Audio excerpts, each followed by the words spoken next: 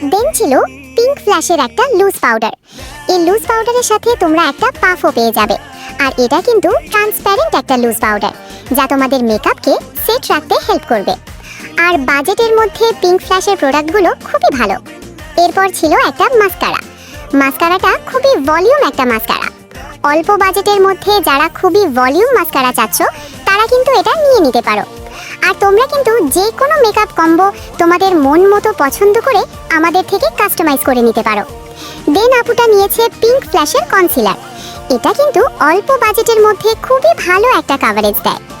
এরপর ছিল কিস বিউটির একটা প্রাইমার। এটা কিন্তু একটা জেল বেস একটা প্রাইমার।